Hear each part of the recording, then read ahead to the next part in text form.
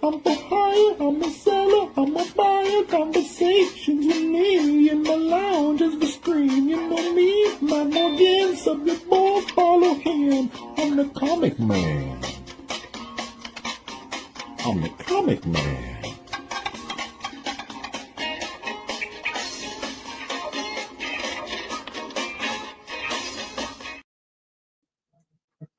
Oh, hello. Welcome back, true believers. Another episode of Comic Conversations. My guest tonight is a friend of mine. I met him through King of the Nerds on his show, and he's also part of the YouTube channel Rennavision. He has his own channel. I'm gonna, without any further ado, I try to make a special video intro for everybody that comes on the show. So I was trying to think of one for him, and I couldn't find anything for Vampirella. So I hope he's happy with this one.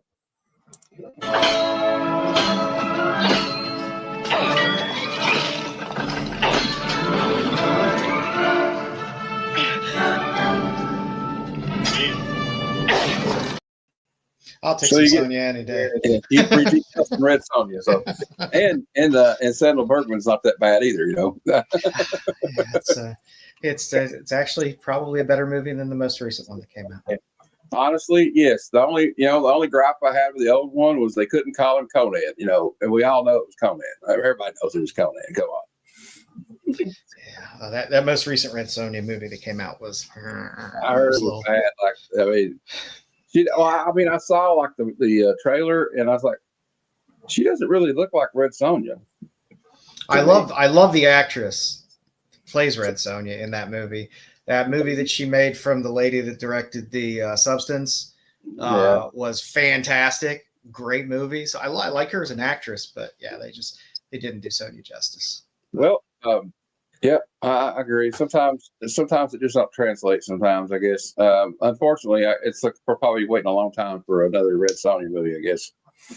Yeah, I wish they'd do it. Give us a good Conan. You know, that would be nice. That Momoa Conan didn't really satisfy me too much. It didn't do that for me either. I watched it, and I mean, it was all right, I guess, but like, I mean, I just didn't see him. I'm not saying Momoa's not got a good physique. I'm just saying to play Conan, you have to have like an impeccable physique. You know what I mean? And like, I think that Arnold is kind of like a situation like. Look how many years it took for somebody to actually play Superman where they're like, okay, I can believe he's Superman because Christopher Reeve had ingrained it in us as children that he was that's Superman. You know what I mean? That's what you grow up with is what sticks with you. Yep. And that's the blessing and curse of nostalgia. Yeah, that's true. I mean, hopefully they'll get it right, but like they can get it right because they did with Superman. I really enjoyed. I enjoyed Gunn Superman. Sorry, all you Snyder kids out there. I enjoyed Gunn Superman. I also like Cavill. I also liked Cavill as Superman. I did too. And both movies had their flaws, but it's still a Superman movie. It was still all right. You know. Yeah. Every movie, but what movie doesn't have some kind of flaw? I don't know if I could point out anything in Jaws, but I probably could if I tried. But I don't know. That would be blasphemy to me. But like that's one of those movies I hope they never remake. By the way, is Jaws. I think it was just like a circumstance of the right circumstances, like at the right time, right actors, and also the stuff that had go wrong with that movie probably helped the movie out because you didn't see the shark as much. So they have the Meg franchise and all the the Chinese stuff that goes on with those movies to satisfy your shark itches.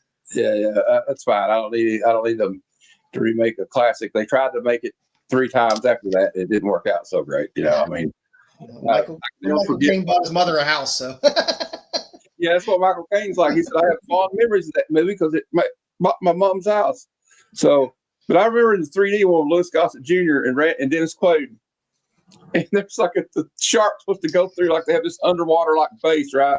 Yeah. And he's supposed to break through the glass, and the shark just stops right there, and the glass breaks, and he just kind of goes through it. Doesn't, and everybody knows if a shark went through glass, he would flop over into the, before it would, but whatever. Anyway, I guess we're nitpicking. It was, it was the 80s. What can we do? I always had a fondness for Louis Gossett Jr. because I saw Iron Eagle at the drive-in as a kid. And that was fantastic. I love that movie. That's one of my favorite movies. Honestly, I like it better than Top Gun. It's fun. I mean, Top Gun is fun in its own way as well. But I don't know. Iron Eagle was fun. I don't know. I think it was something about, being a kid, because we're probably close to the same age.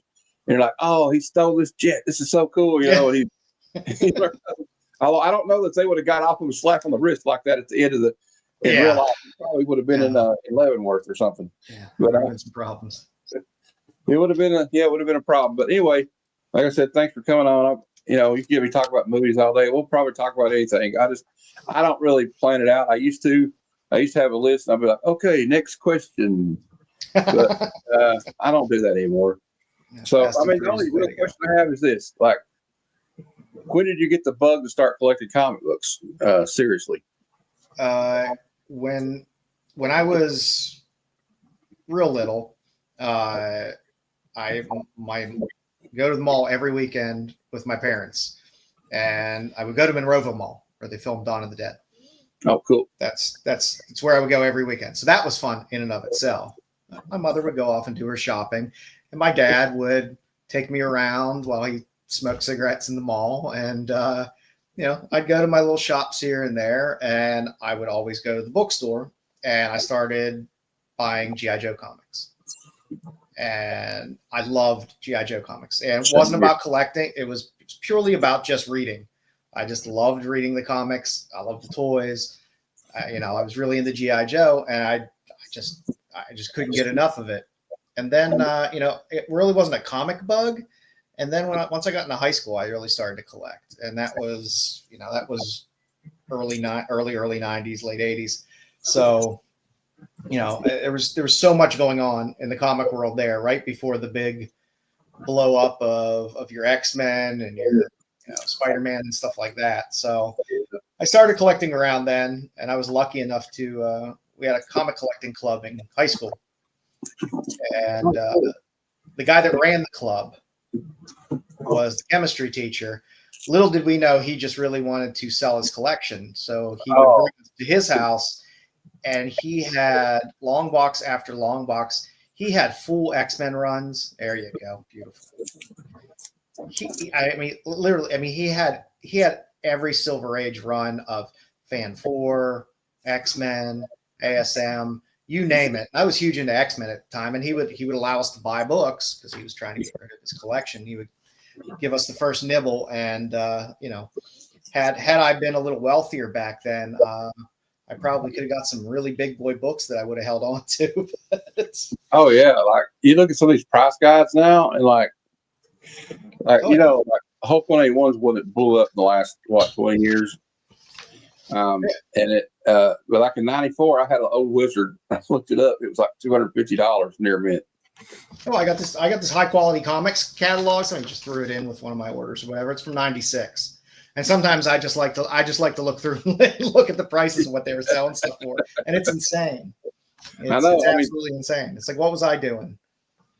If I'd known, I guess, I would probably, but also if I'd known, I went back and probably bought stock in Apple or something before the iPhone came out.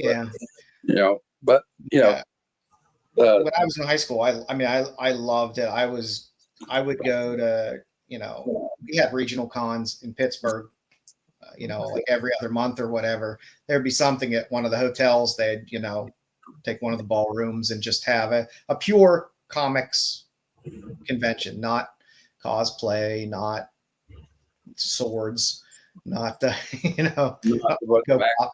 just people that were there, and it was just boxes and boxes of comics and dealers. No, I can't get cast at anything anymore, so they go to cons. You would get writers. I met Peter David there when I was young. Oh, cool! Which was fantastic. Paul Chadwick did Concrete, which I always loved. It was just small talent, little regional cons that were fantastic, and I loved doing it. And then I got into college and fell off of everything, and I stayed away from comics for a while. I kept what I had, but I wasn't really into it. And then I got back into it a little bit around Civil War. Pick up some runs and was reading around then for a little while, and then I kind of fell off of it again. And And I just started. I think a lot of people started picking things up back, right around pandemic, maybe a little pre-pandemic. Yeah. And some of it, I mean, truthfully, I attribute a lot of it to YouTube. I found a channel I liked, which was, it was a precursor to what eventually became Young Wednesdays, Rennavision, and all those things. On flip side, and I just started watching all those guys, and it was fun to interact with people in the chat, stuff like that. And it kind of got me back, into comics, gave me the itch again. And then I guess since about 2019, I've been in it and running out of space. Short boxes every day. I kind of got into the at first I started getting back into like retro gaming stuff, like Nintendo, and I started watching these channels like the Game Chasers and stuff like that. And then for some reason I started catching up with comic books. But like I was like you, like in high school when I discovered girls and driving cars. Yeah. And so I quit collecting like at Spawn, when Spawn and Youngblood was out. And it was kind of starting to like get overbloated anyway after X-Men #1 and the death of Superman and all that. I still got a stack of X-Men 1 about that thick that I bought at the time. Yeah, I've got multiple copies of #1 for sure. And I probably got a bunch of ones. I mean, it's still a great book, don't get me wrong, but when there's 8 million copies out there, yep. Everybody thought they were going to get rich off of it because they're doing the X-Men series. But take heed, absolute Batman fans. Yeah. But I guess the time I dropped out was like, when it started getting like X-Men, they had Uncanny X-Men, Excalibur, X-Force, yada, yada, yada, yada, yada, Excalibur, X-Factor, so many X books. You're just like, I'm not keeping up with this shit no more. Besides, I want to go drive the cars and cruise and meet girls. So, I was about the same way. And when I was in college, I always read a lot. I mean, my passion is always growing up and all through college and stuff. I always loved pinup art. I've always been which is why I love Cheesecake Comics now. I've always loved pinup art, and I've always collected pinup art. I mean, when I was in high school smoking, I had a Albert Vargas Zippo lighter. It was that was always my love, which is why probably 90% of my covers are just pretty girls. Yeah, well, I have a lot of those because I was always fascinated with it, and it goes back not even just like the art in the comics or anything. It's also like remember the old the B-17s? They would paint like a girl on the side of it. Oh yeah, cool, And I have a coffee table book somewhere. I can't find it right now, or I'll show you. And it's got all the bomber nose art, all the nose art for all the planes on it, which is beautiful. Wonderful. And they had some creative guys, pretty good artists actually. Oh yeah. Some of those, I think I got that from like watching like the Memphis Belle. I was like, I got interested in like all the World War II stuff. It was like, so that's kind of cool. And I'm in that, like, I'm like, maybe not as big as you are, but I'm getting more into it. Like I got in this thing. Have you heard of the Good Girl Art Quarterly? Those old 90s books or 80s? Mm-hmm. And I think they're kind of cool. And of course, Dave Stevens, but that was about the time of the pandemic too. So I saw that documentary about Dave Stevens, and I like, and I don't know about you. This is a good question. Were you aware of the artist as much when you were younger? I wasn't, but like when I saw Dave Stevens, yeah. I mean, yeah. I would see all the innovation books and the PC, all the indies, because I used to get a lot of indies as a kid as well, and I was familiar with Stevens. I was also always a huge Betty Page fan. Yeah. I got a serious thing with Betty and collecting Betty stuff. So like if I saw it in a comic, I would pick it up, and Dave loved Betty. So with that Rocketeer stuff, seeing Betty and stuff like that was always fun. And I thought it was interesting in the documentary that he formed a relationship with the real Betty Page. Yeah, and took care of her. She wasn't realized that people were using her likeness so much. And like, but yeah, there was a movie I think several years ago called The Notorious Betty Page. I remember. Oh yeah, with Gretchen Mol as Betty Page. Yeah, Gretchen Mol. Yeah.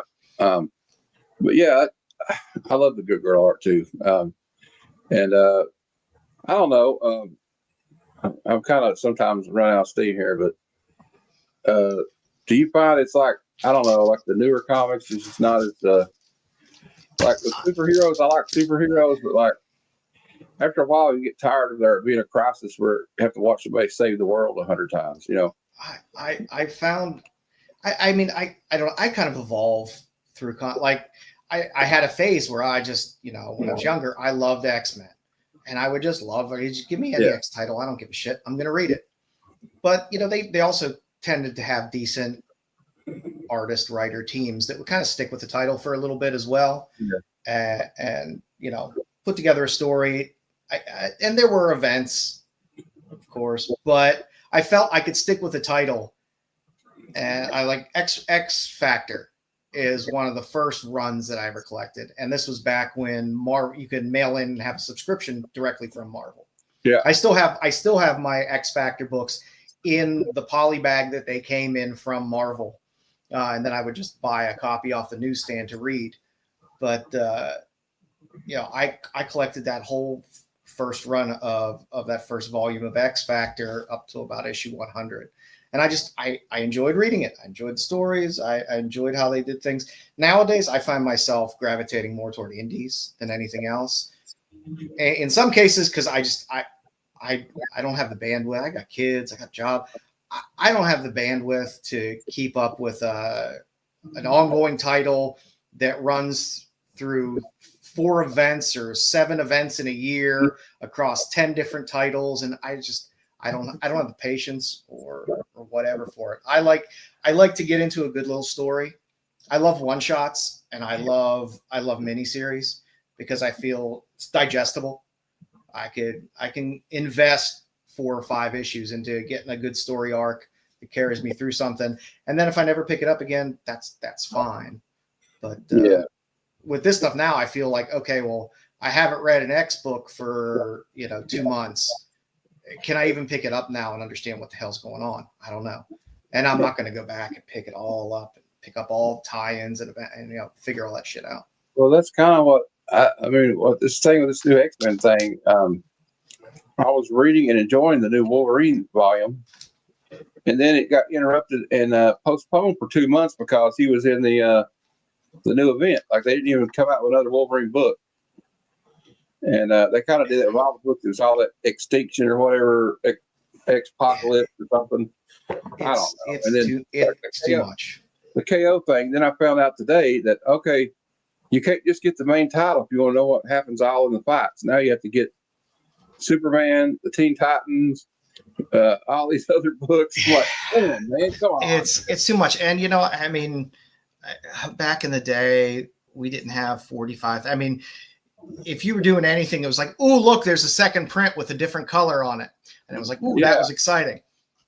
I remember those days. But now it's like, you got 6 covers for each issue. It's a lot. It's a lot. And it's a lot to ask collectors too, especially at the prices. And back when books were $1.25, off the newsstand, you could buy a bunch of them. I could go in and buy a stack of 20 books off a newsstand and take them home and read them. And that's fantastic. And your investment is what, $20-$30. Now you go buy 20 books at an LCS, you're talking $100 at least. And we got a guy here with LCS here, my friend Cicada Sonic. He said the number of KO books is ridiculous. He said, I'm trying to order them all for a customer, and it's a chore just identifying all of them.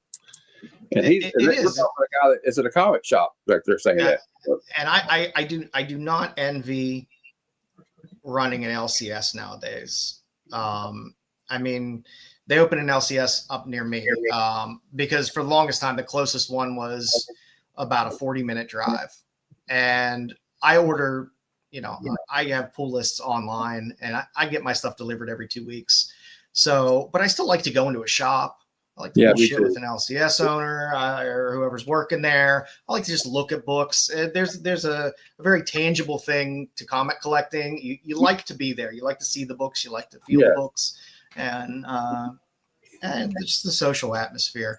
But I mean, man, he's been open a couple months now.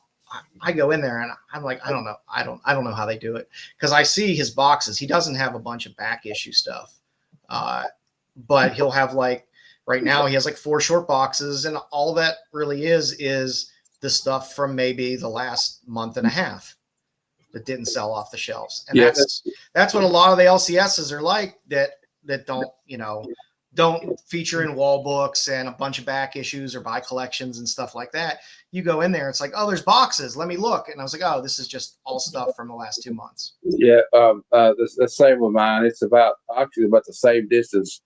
I got to go there tomorrow, actually, because he's had my full box. I haven't been there in like 4 weeks, so I'm going to spend like $150 tomorrow, probably. But he's got like a few slabs. I guess it's somebody that he's had, and then there's some like old comics, but they're not bagged and boarded. Like, it looks like somebody just sold him a bunch of comics for cheap, and he put them all there in the corner. And then mainly the back issues are just like books that were on the racks that didn't sell, right? And mainly toys and D&D modules and Pokemon and Magic cards, which is all right. It's fine. It's not. You can't go down there and hunt and go, well, I wonder if he's got ASM 313. He's not going to have that. It's probably a good chance he's not going to have that. But I like even dollar digging. Like when I go back up to Pittsburgh, New Dimensions Comics, the one that I go to up there, they have a room, and it's a huge, massive room, and there's hundreds and hundreds and hundreds of long boxes. It's not sorted. It's not organized in any way, shape, or form. It's just hundreds of long boxes, all dollar books. And some of them are in shitty shape or whatever, but that's fun to me. That I go to LCS, I don't even look at the do stuff when I go there. I just go back in that room for an hour. I'm like, I'm going to dig for an hour and just see what I can find. That's fun. I found some Aliens Colonial Marines books in there from Dark Horse before. They weren't in great condition, but they was cool to read again. So I mean, for $1. And like I said, I don't even care when it's $1 in a dollar box. I'm just and truthfully, most of my collection, I buy stuff that I find interesting. I'm not really buying for value per se. If I like it and I know it's probably going to be hot, I'll probably buy it. Like I buy a bunch of Sveta stuff because, well, number one, I love Sveta, but I know if I chill out for some of those ratios, they're going to do well. But I buy what I like. I don't buy a bunch of stuff that I know I'm never probably going to look at or care about or read. And like I said, every collector's different. I don't knock anybody in this arena, whether you're buying to flip, whether you're buying to, for value, whatever. It's one thing I've learned doing this shit for a little bit. I mean, I've been doing the YouTube's thing for I guess a couple years now, and I never wanted to do this. I never had any desire to do a YouTube show. I loved being in the chat. And I love the people that were in the chat and the people that were on the show. I was asked to come on one week. I came on, and then about a week after that, the showrunner said they wanted to take a break for a while and asked me if I would take over the show. And I was like, well, I've only been on YouTube once in my life, but you kind of thrown you in there, sink or swim. Yeah. So I was like, okay. And it worked. It worked out. It worked out fine. But like I said, I've been exposed to a lot more people in the hobby now, and one thing I've learned is there's no one way to collect comics, and everybody has different knowledge bases. Yeah. There's no person you're going to find and be like, that's the person who knows everything, because everybody has their blind spots. So I like to think that everybody has their niche of knowledge with comics, that is normally my blind spot. So it's fun to be in the community and learn different things. Well, that's cool. It's a good point because like I know channels like this girl I know K-pop. She knows a lot about Kickstarters and what's coming out on Kickstarter, and I know you do too a lot sometimes. And then you have people that know like their expertise is Silver Age or Golden Age. Yep. Or and I know you know a lot about that too. And then like more people like, and I guess mine, if I had, I don't really think I'm an expert in anything. I know enough to get me in trouble, but it would be That's more, the way I feel about myself as well. Mine's more like Copper Age, modern age. I guess I know a little bit about that, but it took me a while to go back to collecting floppies. I don't know about you, but I got to where I was just like, my thing was collecting like trade paperbacks and collected works because like I didn't feel like spending like $150 on Wolverine #1 just to read it, Yeah, I've kind of gone the other way, where I was when I got back into it, I was buying a lot of floppies, and I'm still buying a lot of floppies. I buy way more than I should, and truthfully, online ordering is tough. Like I used to, before TFAW folded, that's how I used to get all of my new issues. TFAW was great the way that system was set up. I could go in and look up to like 5-6 months in advance of whatever was available or released it was going to be released at the time, and you could just queue it all up. You could have it all queued up, and then every 2 weeks, I had deliveries, and whatever was in that delivery is what they charge you for. So I could look at that list and go, okay, here's what I got all laid out for the next 3 or 4 or 5 months. And then maybe every now and then I'd have to throw another book in there because something would pop up, some surprise thing on FOC or something like that. But I was normally months ahead of FOC buying, of just seeing what was out there and what was available to just put in my queue. And I didn't have to worry about it. It was nice. And then TFAW folded. When TFAW folded, I had 300 pre-orders out from that point to like 3 months out. And I'm like, well, what am I going to do now? Because half that stuff FOC had already passed, and that was a pain. And that hurt my collecting for a little bit. I had some reservations about going back to collecting because I'm a man of routine. And when you have that routine down of, okay, I'm going to go in, skim TFAW for everything that's out there, queue everything up. And they were pricey, but you were getting your discount of like 30% because I was ordering well before FOC. And that basically was enough for the amount volume of books I was buying. It was enough to cover shipping and bagging and boarding everything. And I was like, hey, it saves me bagging and boarding. It comes to my doorstep, and that was fine. But I've switched up to DCBS now, and it's a little more complex. Another one day I was like, I got tired of like looking, I guess. But like, and some of the ratios were still pretty expensive. Like, I don't know, but like my comic shop is what I use for like the stuff like I'm ongoing reading, like the Inner John stuff or like Ghost Machine. But and it's 35% off, but they're not going to pre-sell like ratios to you, and you can't go. I'm kind of sad here. I'd like to have went to that website you were talking about because you can't go 6 months out on my comic shop, 2-3 at the tops, I think, maybe 2 months. Yeah, and I loved it because and granted, it wasn't everything that was out there, but you'd be surprised. Even if you go into League of Comic Geeks, you can go out to February, March, and see books that are going to be put out, and at least have stuff on your radar. And for me to be able to queue up some of that stuff, even if it was just, a lot of it was indies and stuff. So I was just looking for A copies of stuff anyway. I wasn't looking for ratios and stuff like that. And it was nice. And I like the fact that I only got charged when they put that order together. So even though I have 500 books in my pre-order queue, if 50 books are coming to me, that order, I'm getting charged for those 50 books, and then it goes off. It was nice. It was a nice way to handle things, but it's been tough trying to get back in the groove of scoping out books for the future. Yeah. Well, I've been dabbling my toes into Kickstarter. There was a couple I got this one called, it's really cool though. I got the trade. It was like a graphic novel.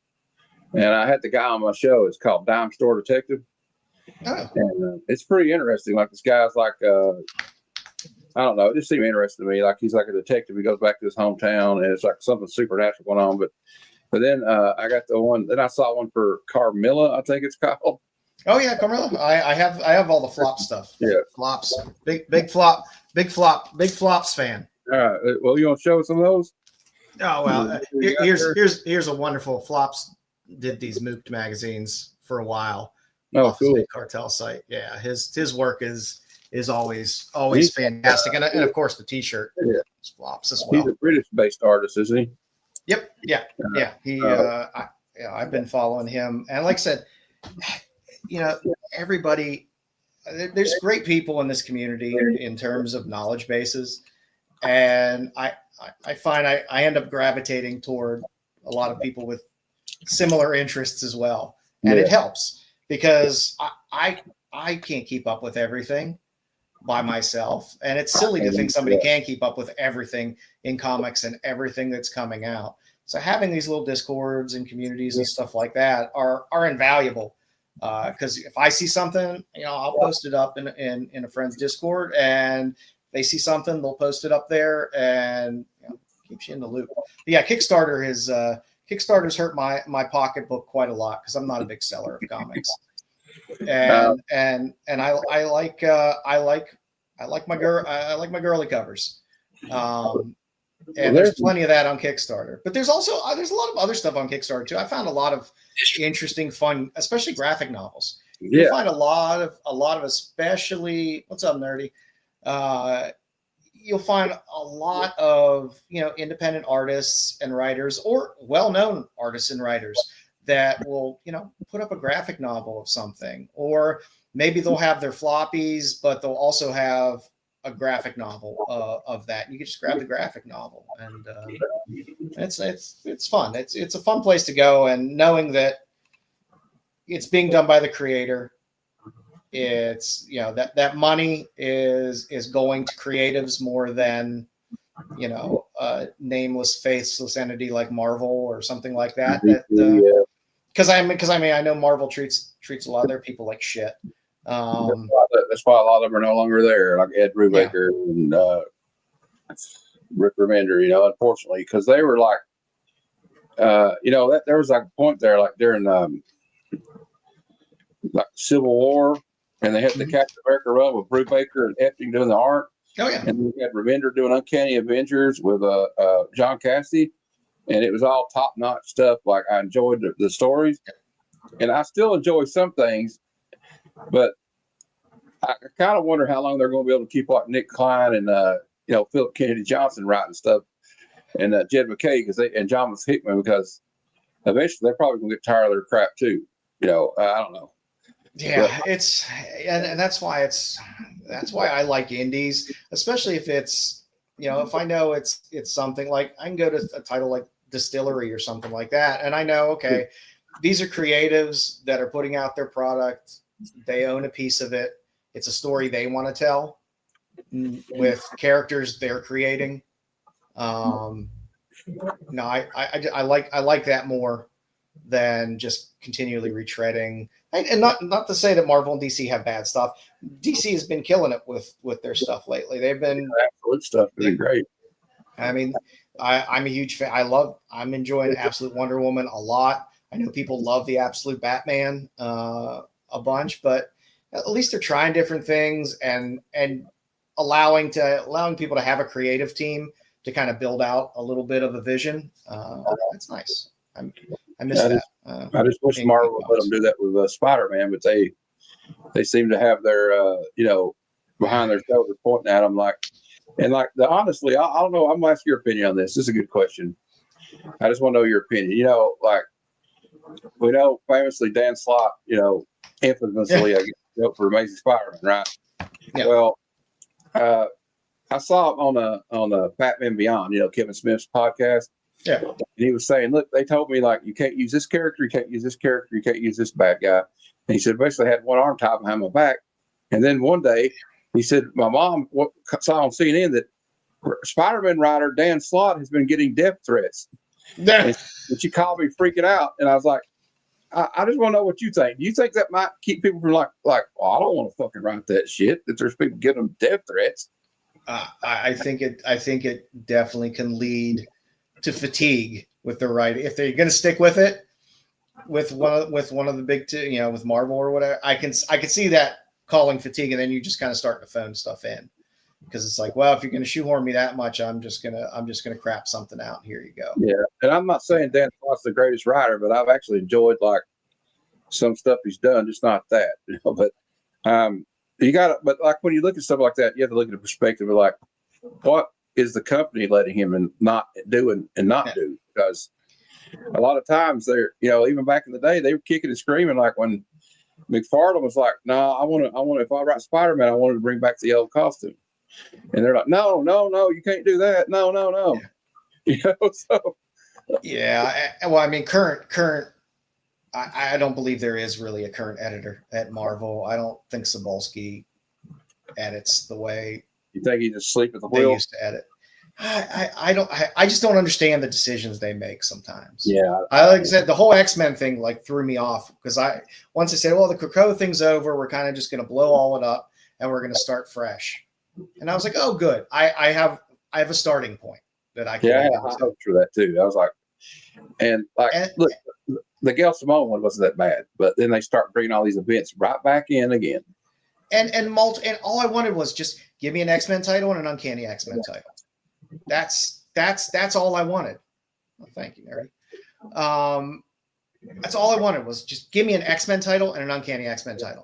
I don't need 14 X titles started from scratch that most are going to die off after 10 to 15 issues anyway. And all that. It's like, just give me 2 titles and put a decent team on both and roll with it. And I didn't mind the Simone stuff initially either, but it's just, it's events. It's just too much. It's just too much. What's up, Jeff? So I've kind of had it with Marvel. I can't remember the last Marvel book I bought. And I agree though. Like I was excited. It's like, the X-Men and Spider-Man are your flagship guys, right? Mm-hmm. So why not just bring out a good X-Men book and an Uncanny X-Men book and leave it at that? Yeah, that's what, and then build from that. But you could build from that, and that's fine. Start with those 2 for a while, and then if after 5-6 months, if you've built up a really good base with that, throw a couple other X titles out there, and that's fine. But it was just like, I stopped because it was crazy, and I didn't want to read a dinner party every other week. And so I had high hopes. I was like, okay, bring me in so I could just read 1 title or 2 titles and just stick back with it. But it wore me down a bit. That's why I love indies. It's giving me something new. It's different characters, different stories, and sometimes they're shit, sometimes they're mediocre, sometimes they're great. But to me, it's like, okay, I can go buy an A cover of an indie. And truthfully, most of those books tend to be a little bit cheaper sometimes than what you're buying from Marvel or whatever. Well, they kept Spawn down in price for a while. I think it's kind of went up for $1 now, but it used to be like $2.99, and then you still have to pay $4.99, in some instances $5.99. Some of the Ken Spot stuff's $5.99. But I had a question for you too. Was like, is it the flops? I know I don't probably should be focusing on this, but I've been wanting to ask you this. Does he have like a website or something? Who? Or just flops? Does he just? He has a big cartel site for sales. Okay. But normally there's only like a couple things on there. He has a couple other things that he's kind of intertwined with now. Like I said, can Kickstarter, can you search for a certain artist just to see if they got? You know what? It's not Kickstarter for as much as I buy off of Kickstarter. I really wish that platform was easier to use. Yeah, I would think it's not very user friendly because I'm just getting into it. And it's like you just have to search and search. Yeah, you sometimes something will pop up. Like sometimes you could throw a name in, and sometimes it'll pop up, but not all the time. Because how you list everything, you could just have an image that says, with a cover that says flops cover, and it's not actually, searchable text, and, who knows what's going to come out of that. Like I fish through, on our show, we do a quarterly update for Kickstarter. So I'll fish through everything that's in there that's active, and I'll probably spend 3 hours going through each Kickstarter, looking at each one, seeing if there's any interesting artists that are in there as well, or interesting creatives that are in there. And that's kind of the way you got to do it. But that's the way you find fun stuff. So, not too many people have this book, but it was on Kickstarter. It was findable. It's the Hughes Zorro Lady Rawhide cover that was on Kickstarter. And I mean, it was there. Sean Gordon Murphy doing Zorro. It was, but I just bought it because I was like, oh, I love Sean Gordon Murphy. And I was like, oh shit, there's Hughes covers on this. So, I got those two. I didn't think about it. Oh, it's like a $500 book or plus or whatever. I don't even know what it's at this point.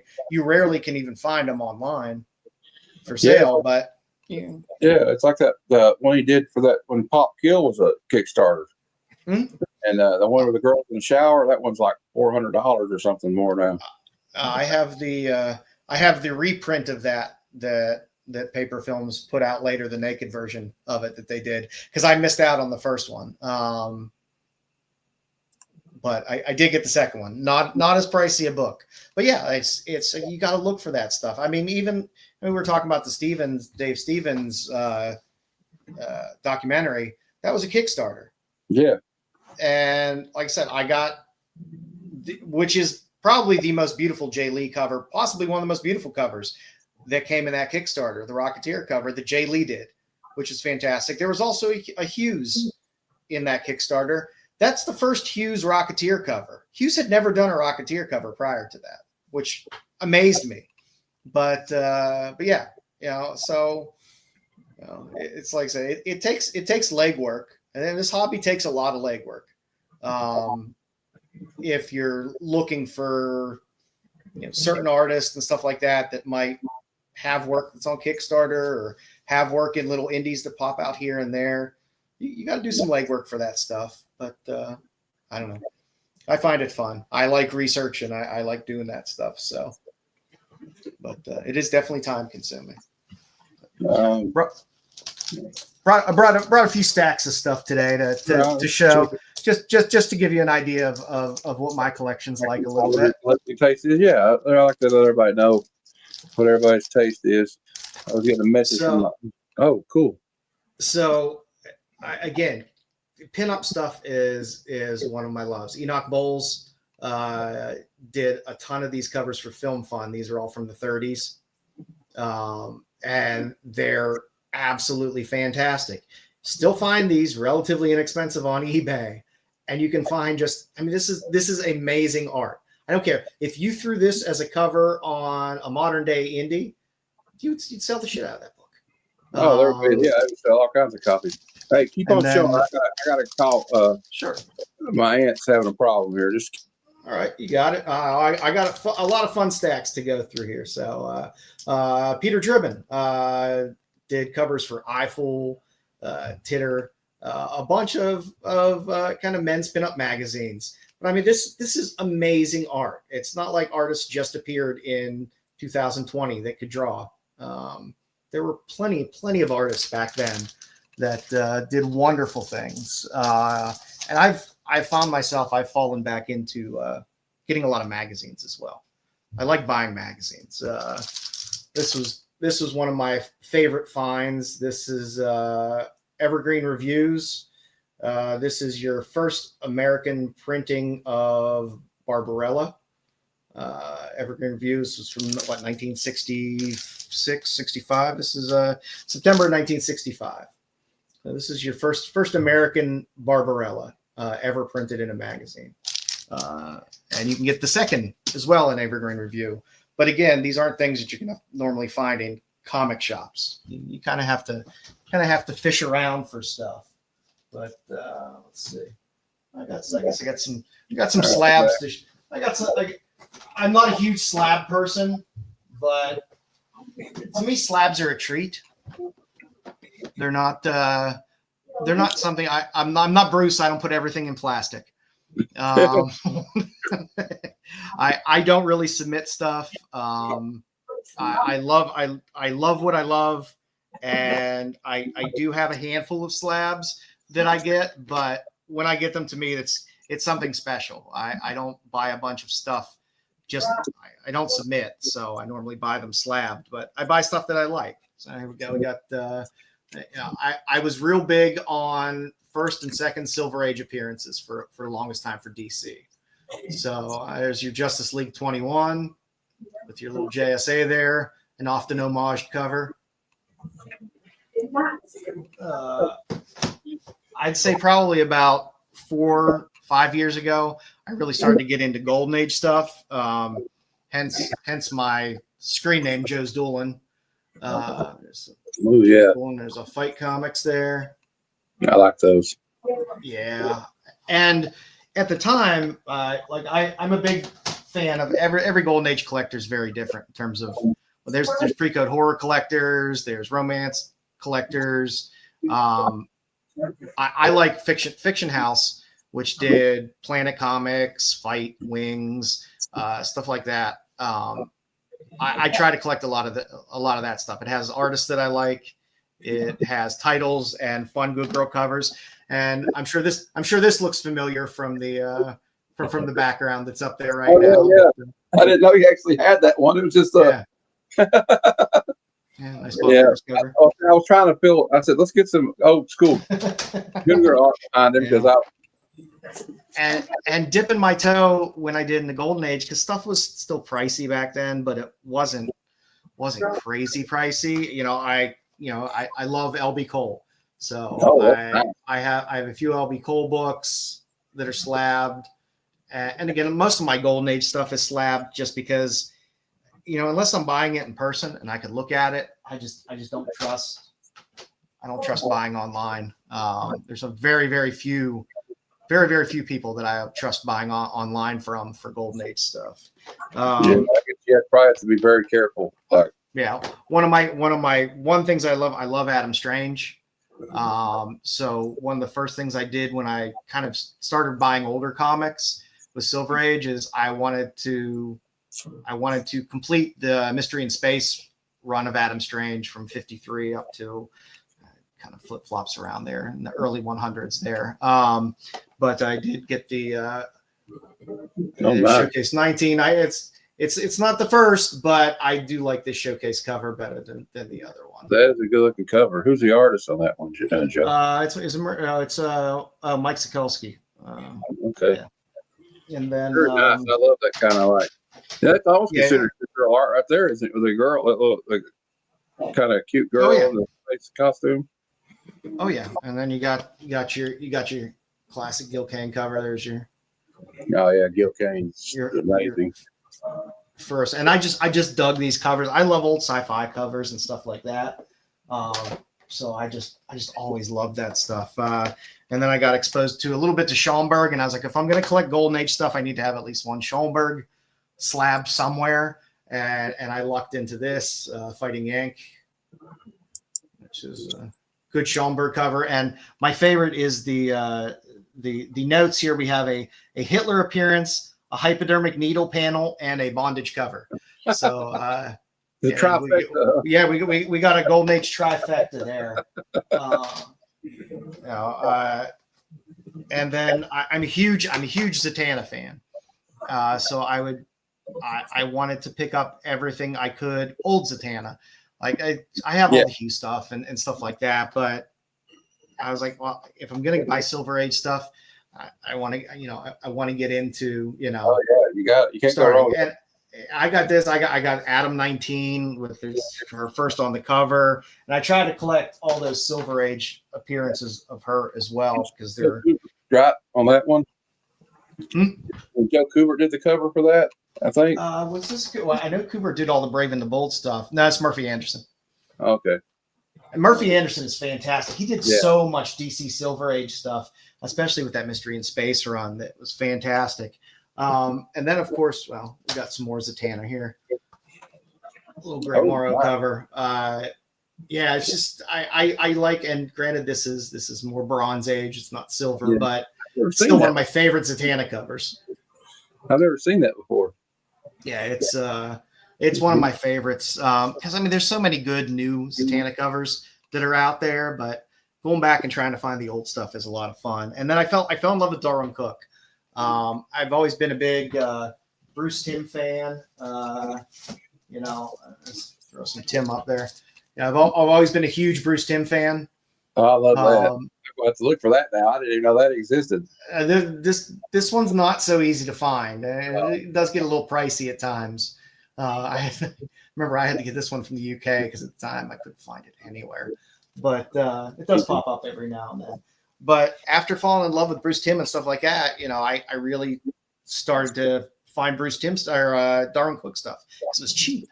I could find Spirit stuff that was Bruce Timm. There was a lot of really reasonable Darwin Cook stuff that was sitting out there. So I started collecting his stuff. Then I got a little obsessive about it. And then there's one of my Darwin Cook gems there. Oh, wow, that's gorgeous. I've never seen that one before either. Yeah, this one's not easy to find. I got lucky. JJ from Rennavision was selling a bunch of books, and I was like, "Do you have that Starfire?" And he was like, "Oh yeah, I got that." You know, he was involved with one of my favorite Justice League stories, the New Frontier. It's fantastic. It was absolutely fantastic, and it was fun. Like I read that stuff, and I was like, "This is fun.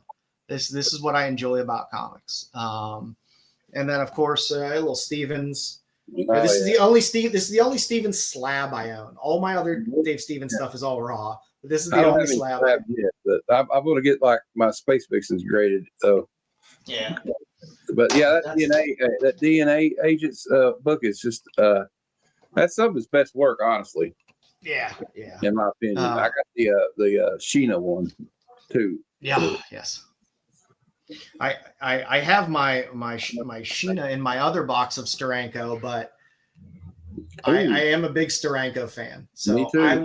I will pick up cool Steranko covers if I could find them, especially in high grade.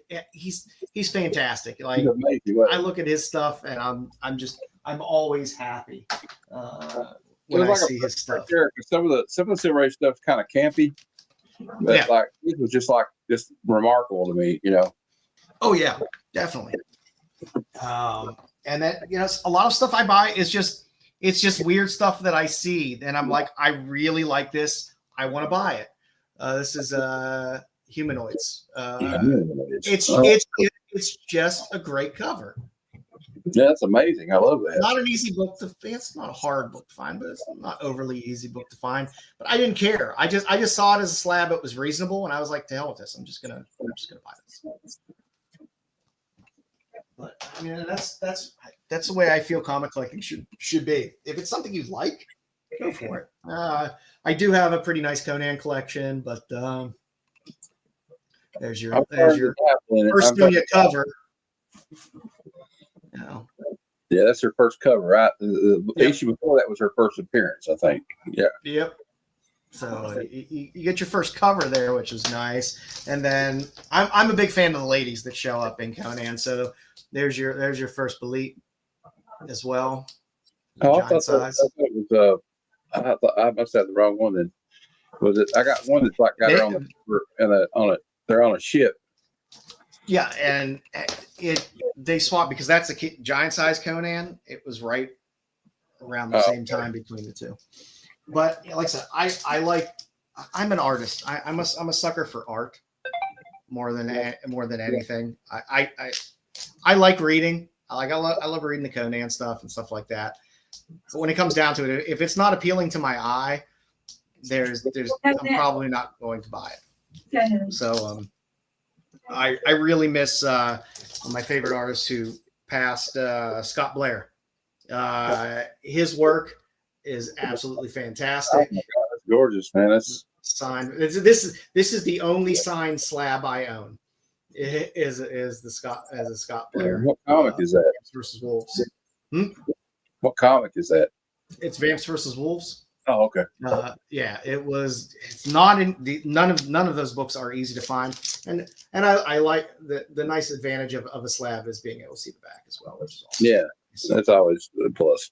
But yeah, I was always a big fan of his, and I got a bunch of his prints and stuff like that in my house, and his pinup books, which are great. And last but not least, I should just show off here a little first Animal Man. Big fan of Animal Man.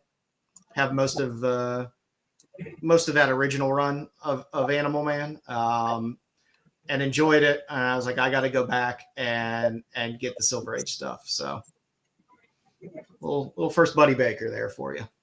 Oh, that's cool. Yeah, The original Animal Man. yeah. So, like I said, I have a few slabs. I got a bunch.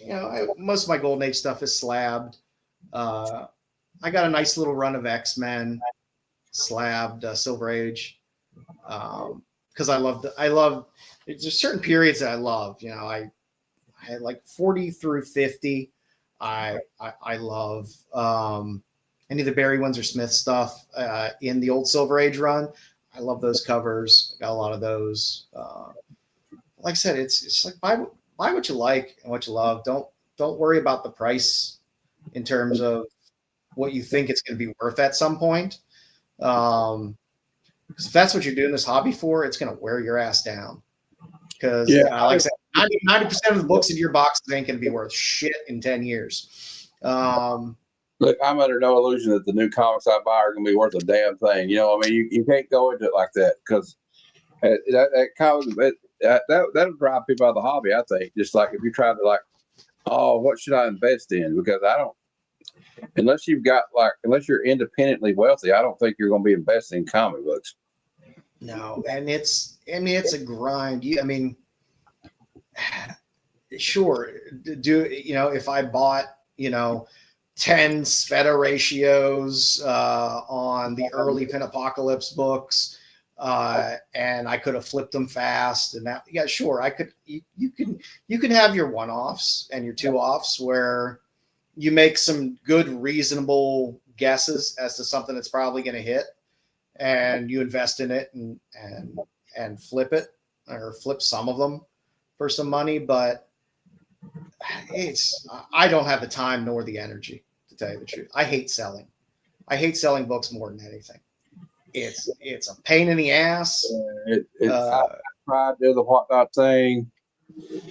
It's kind of stressful. I got to go out and find more books to sell, and so every now and then, if I get some stuff in I want to get rid of, I'll just do like something on here, or claim sale with a couple other people. But yeah, I don't usually. I got the cat over here trying to get my attention. Sorry, but I mean, like the whole I do the eBay thing. I think everybody kind of that's been in the comics for a while probably does the eBay thing a little bit at least. But it's like at any given point, I probably never have more than 10 books up maybe for sale. I had to get out of the eBay thing. My rating dropped from 100%. I had one negative review, and then I turned around a month later. I hadn't sold anything, and it dropped to 98.7%. So I was like, well, I guess that's like I'm done. Yeah, ring of death on Xbox. Remember, you know what I'm saying? That's like nobody's going to buy anything from you that rating. I've had luckily. I mean, and I haven't sold much on eBay. I've had mostly decent interactions on eBay, but even with my limited interactions on eBay, I had one person, and I'm excessively anal. If I see a book come in and sell, I'm wrapping it up that night. It's going to be packaged. It's going to be labeled. And that next morning, if it's a day that I can go to the post office because the post office is open, I'm going out in the morning and I'm dropping that book off. I had somebody buy a book. I said, okay, you purchased it, wrapped it up that morning, sent it off. Later that night, I got an email and it was like, I found the book for a few dollars cheaper. Could you cancel the order? And I'm like, it's in the mail, man. It's in the mail. I was like, it's gone at this point. And I was like, listen, I'll refund you a few bucks. I'll refund you a few bucks off the shipping. But it's like, I don't want to go through the hassle of selling a $15 or $20 book and somebody complaining they found it a little bit cheaper and wants to cancel it. So I'll tell you the one I had a problem with, and I actually regret selling this book. It was my Uncle Ray. He passed away, and then he didn't really have in his really much family left on his that wanted his stuff, like no kids or anything, you know. So he gave it all to my stepdad. And so we had all these like hardcover EC, you know, box sets. Oh, nice. And a bunch of Dave Stevens and Joe Kubert and like Frazetta stuff, like Vampirella. And it was my mom, though. She wanted to sell a lot of it, you know, because it was taking up room for her. And I was like, I don't really want to get into it. The guy got me into comics, but there was a Planet Comics #1. I had no idea what it was. I just thought it was cool. But then I found out, oh, well, Mom said, well, if it costs that much, you need to sell it. So I sold it for $125, but the guy bought another book with it, right? And I think I figured out why he bought the book, Joe, because he bought a reprint of Thunder Tales from Frazetta, right? It was only like a $10 book. And so when the books got there, he sends me a message saying that my comics came damaged. I said, oh, no, the $120 one got damaged? He's like, no. And he showed the Frazetta one was the only one that managed to get damaged. Yeah. It had a footprint on the box, like somebody stomped on it. But what can you do? You can't dispute. Like I think this guy just to get like. Yeah, I'm not delivering it to your doorstep. You know. Yeah, I mean, go your mailman. So I just did it, you know, because you know the thing is when you're on eBay selling, you're always in fear of somebody giving you a negative review, and like it happens to what happened to me. You go down to 98.7%, and there's nobody's going to buy anything off of me now on there. But I thought we did pretty good. Like I thought 2 negative reviews out of 150 sales was not bad, but apparently eBay did not think so. And it's eBay is stacked against you as a seller, unless you're a super high volume seller, and that way that a lot of any negative or neutral reviews kind of fall off. Exactly, you don't take a big hit. Well, I mean they take a chunk too. They take a it's the same thing with Whatnot. It's if you don't set the shipping up right, I know somebody that ended up owing money. Yeah. So I mean, it's but I recommend anybody out there if you're shipping stuff to somebody, use pirateship.com. Yeah, that's what I use because it's cheaper. But Joe, I guess I won't keep you all night. I like to keep the show about an hour or so. I appreciate you being on here. Why don't you tell everybody what you got going on with Rennavision and your channel? All righty. On Fridays, I run a little show called The Qualified on Rennavision.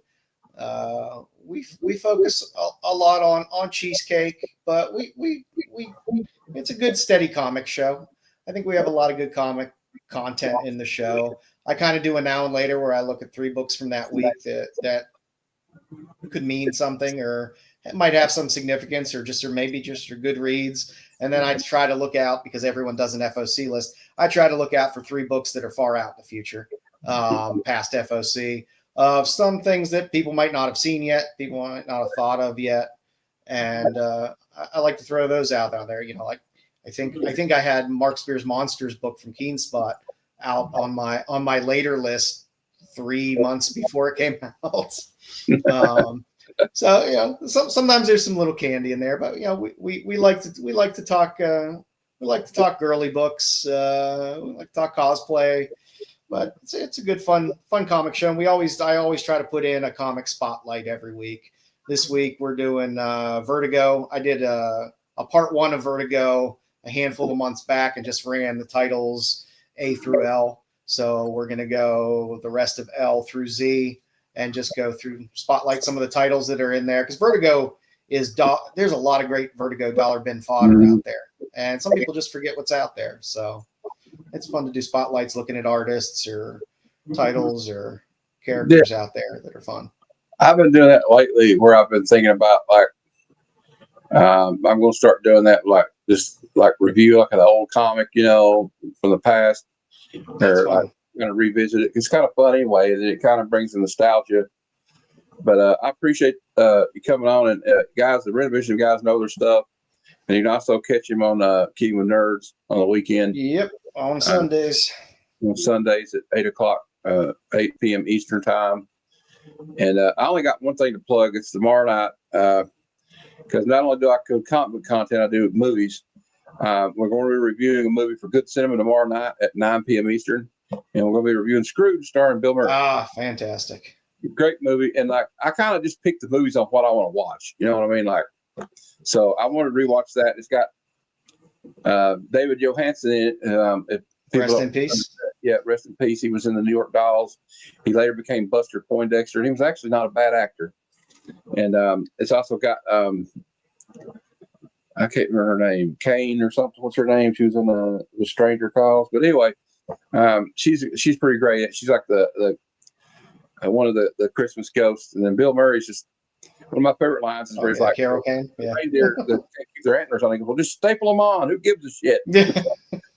That's a fun movie. I'm a big Bill Murray fan. Yeah, I am too. But anyway, thanks, Joe. And thank you for having me on. And everybody, thanks for watching.